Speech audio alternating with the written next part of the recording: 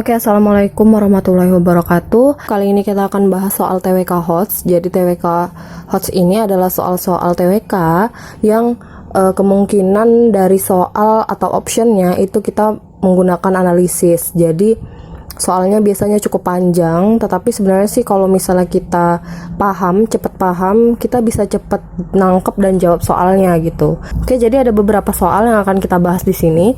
Soal pertama yaitu keterampilan kewarganegaraan diperlukan dalam memahami karakter dan identitas negara Indonesia. Apalagi persamaan rasa senasib yang pernah dialami mampu membangkitkan nasionalisme untuk menjaga keutuhan NKRI. Indikator yang menandai kecakapan kewarganegaraan dalam perwujudan nasionalisme adalah optionnya yaitu A. Mampu membedakan suku dan budaya bangsa, yang B. Berpegang teguh pada ideologi Pancasila, C. Keterkaitan terhadap adat istiadat daerah asal tidak boleh terlepas, D. Mementingkan golongan dibandingkan kepentingan umum, E. Melakukan voting pada setiap penyelesaian masalah. Jawabannya adalah yang B. Berpegang teguh pada ideologi Pancasila. Nah, kenapa yang B? Karena bentuk nasionalisme yang tercermin pada setiap individu itu sebagai kecakapan kewarganegaraan yang terlihat pada seseorang. Jadi kalau misalnya dia mampu memegang teguh ideologi Pancasila sebagai dasar negara, otomatis dia dianggap sebagai individu yang memiliki kecakapan kewarganegaraan dalam nasionalisme.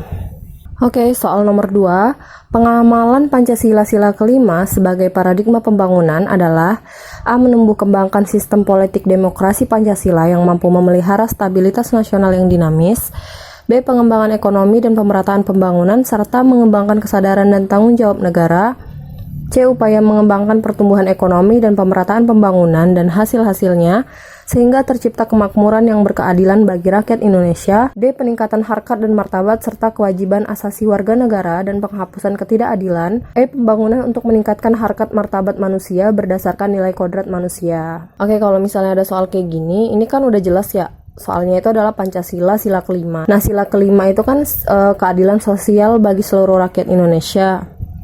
Nah, jadi otomatis kita lihat aja nih optionnya yang ada kata-kata keadilan. Nah, di sini kan ada yang C, yang berkeadilan bagi rakyat Indonesia, terus ada juga yang D, penghapusan ketidakadilan. Nah, jadi kita kaitkan aja nih sama paradigma pembangunan. Nah kalau dilihat-lihat sih jawabannya yang paling tepat itu yang C, karena kan itu udah jelas ya dihubungkan dengan paradigma pembangunan yang merata sehingga menghasilkan keadilan bagi rakyat Indonesia. Jadi jawabannya C. Soal nomor 3, kemerdekaan bangsa Indonesia tidak terlepas dari perjuangan para pejuang saat masa penjajahan, baik secara radikal maupun moderat. Perjuangan kemerdekaan bangsa Indonesia mulai terorganisir sejak tumbuhnya rasa nasionalisme para pejuang bangsa, terutama pada generasi muda dan kalangan terpelajar. Rasa nasionalisme tumbuh pertama kali di Indonesia dilatar belakangi oleh adanya A. Munculnya gerakan orang-orang bumi putra terpelajar, B. Masuknya pengaruh paham-paham yang sedang berkembang di negara-negara Eropa, C. Transisi corak kehidupan rakyat ke masa industri, D. Adanya rasa memiliki antara sesama rakyat, E. Adanya keinginan yang kuat untuk merdeka dan bebas dari penindasan penjajah. Oke, jawabannya di sini adalah E ya, adanya keinginan yang kuat untuk merdeka dan bebas dari penindasan penjajah. Jadi di masa perjuangan kemerdekaan itu kaum muda dan kalangan tua juga sama-sama memiliki tujuan yang sama, yaitu ingin merdeka. Makanya kaum yang muda dan tua itu berupaya segala cara untuk mencapai kemerdekaan. Oke, soal nomor 4. Dalam mengatasi maraknya aksi radikalisme, pemerintah sudah mengeluarkan Undang-Undang Nomor 15 Tahun 2003 tentang pemberantasan tindak pidana terorisme. Penerbitan undang-undang tersebut di masa pemerintahan Presiden Megawati dilatar belakangi oleh A. Maraknya ancaman bagi keselamatan pejabat negara dalam menjalankan tugas kewajiban, serta kebutuhan teknis pengamanan pejabat negara saat menjalani perjalanan dinas, baik di dalam negeri maupun luar negeri.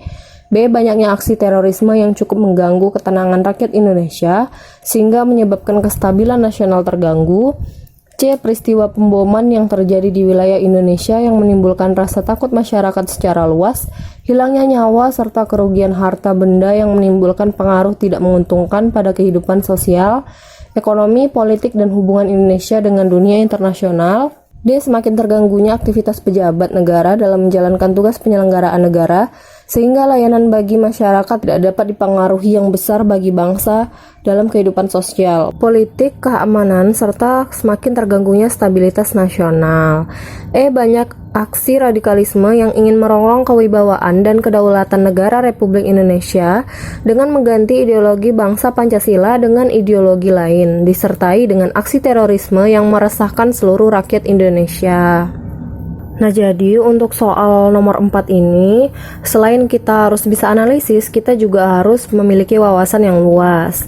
Nah, kayak contohnya ilmu-ilmu umum kayak gini. Nah, kan memang pada zaman pemerintahan Megawati, itu memang sedang marak-maraknya aksi radikalisme dan marak-maraknya pemboman di beberapa wilayah di Indonesia. Nah, jadi jawaban yang tepat untuk soal nomor 4 adalah yang C, yaitu peristiwa pemboman yang terjadi di wilayah Indonesia yang menimbulkan rasa takut masyarakat secara luas, hilangnya nyawa, serta kerugian harta benda. Oke, nomor 5. Warga negara Indonesia seharusnya mengenal dan mengetahui semua hal yang berkaitan dengan bangsa Indonesia. Oleh karena itu, pemerintah membentuk sebuah konsep tentang pengenalan bangsa yang dikenal dengan wawasan Nusantara. Warga negara Indonesia harus mempelajari wawasan Nusantara agar penduduk Indonesia memiliki pandangan yang sama tentang kedudukan Indonesia sebagai negara majemuk. B. Seluruh masyarakat Indonesia memahami nilai kesejarahan bangsa Indonesia, negara Indonesia, sehingga semua masyarakat bisa bersatu dalam mewujudkan persatuan dan kesatuan. C. Bangsa Indonesia memiliki keyakinan yang kuat sebagai bangsa yang majemuk dan mampu mewujudkan persatuan dan kesatuan bangsa.